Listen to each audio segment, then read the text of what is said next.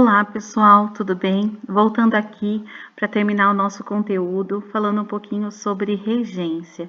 Nós tínhamos conversado que a regência ela pode ser nominal ou verbal. A regência nominal são aqueles casos em que eu tenho um complemento de um substantivo, de um adjetivo ou de um advérbio.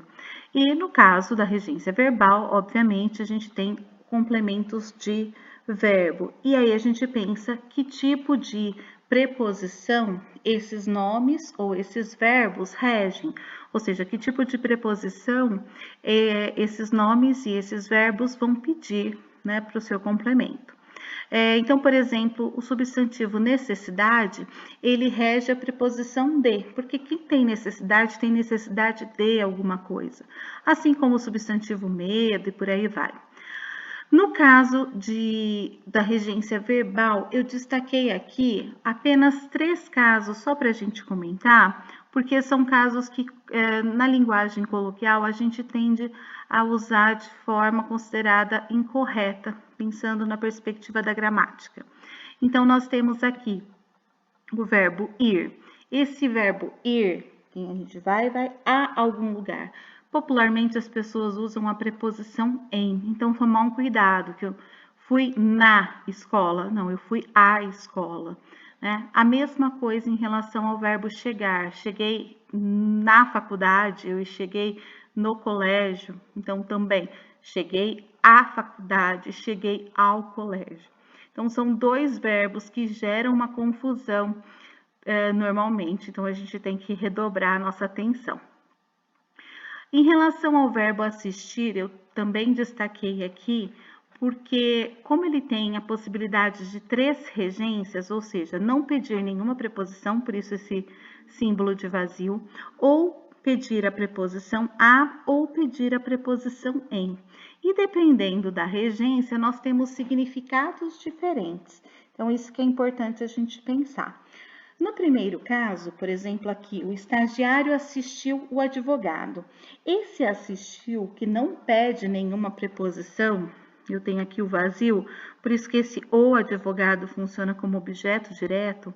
Esse verbo assistir é no sentido de ajudar, de dar assistência. Então, quando eu digo que o estagiário assistiu o advogado, então cuidado com esse emprego aqui, porque ele pode ser confundido normalmente, né? Porque dá a impressão de que ele ficou vendo. E nesse caso, assistiu o advogado significa que ele ajudou o advogado, ele deu assistência. Então, nesse caso, ele atuou junto com o advogado. Nesse segundo caso, o estagiário assistiu ao advogado. Esse assistir a alguma coisa é no sentido de ver. Então, nesse caso, ele só ficou vendo o advogado. Então, tomem cuidado, porque a gente, na linguagem coloquial, usa eu assisti o filme, né? Sendo que, na verdade, deveria ser no sentido de ver, eu assisti ao filme. Então, o sentido muda. E o outro caso é o réu assiste em Assis. Quando ele estiver com a preposição em, significa que ele mora, né? Então é o verbo morar. Então o mesmo verbo assistir, dependendo da sua regência, nós vamos ter sentidos diferentes: ajudar, ver e morar. Né? Então a regência é extremamente importante.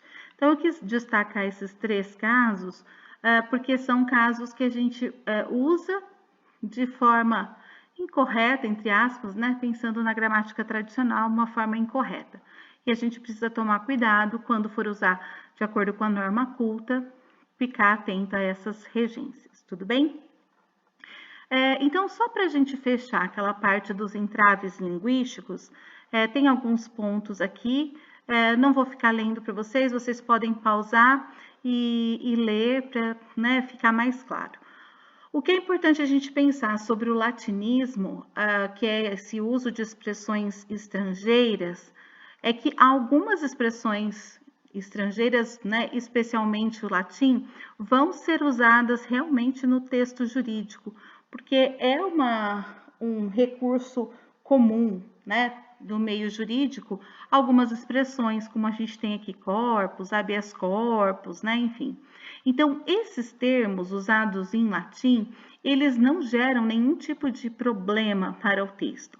Qual que é o problema em relação ao latinismo? Então, o latinismo não é o uso de expressões em latim, é o uso exagerado de expressões em latim, que dificultam a compreensão do texto. Então, tomem cuidado com essa expressão, novamente, porque ela está relacionada a exagero, a excesso. Então, como eu disse, muitas vezes o advogado, principalmente aquele iniciante, ele tende a querer traduzir algumas expressões básicas para o latim para parecer que o seu texto está mais culto, está mais parecido com o que vem a ser um texto jurídico. E isso pode gerar prejuízo de sentido, certo? Bom, outros entraves que aparecem lá no texto de vocês estão apresentados lá como a repetição, a progressão, a não contradição e a relação. Quer dizer, na verdade, os entraves são aqueles que vão contra esse tipo de elemento, né? Então, é preciso que um texto coerente ele tenha a repetição, e essa repetição, ela nem sempre é a repetição de termos, né? Até porque se for uma repetição excessiva, isso gera um problema para o seu texto.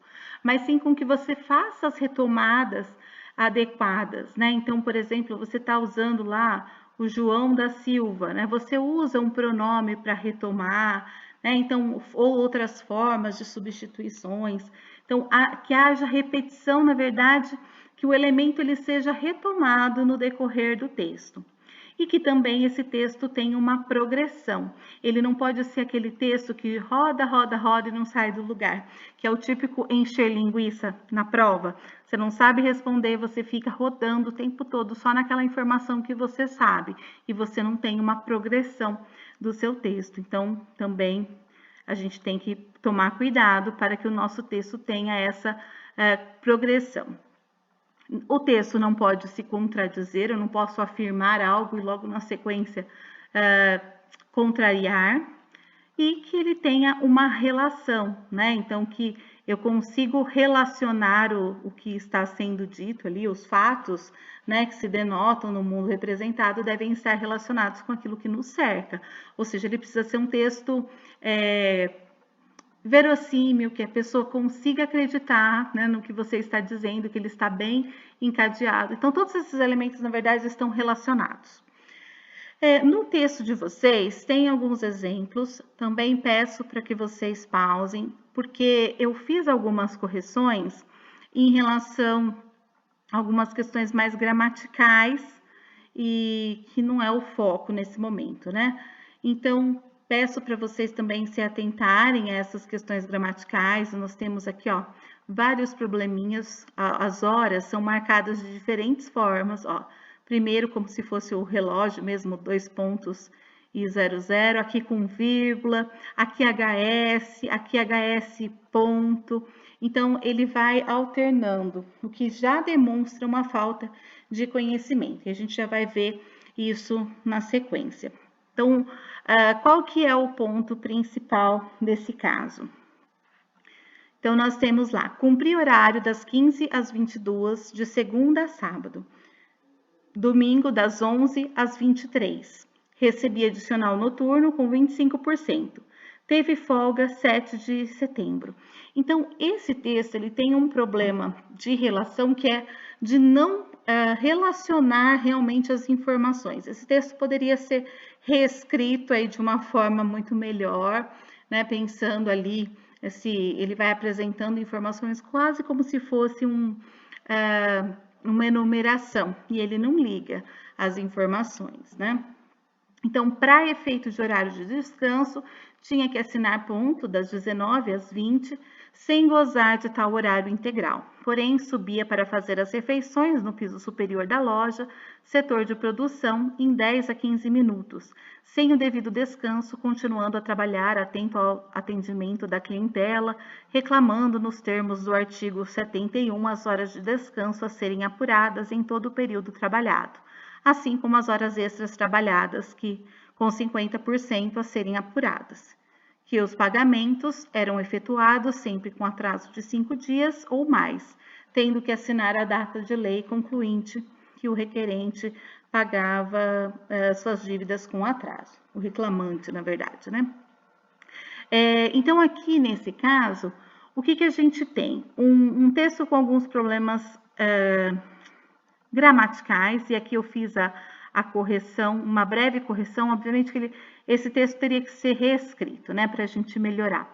Mas aqui, principalmente a questão das horas, que a gente marca com um H, sem S, sem ponto, né, então aqui também não marco como as horas.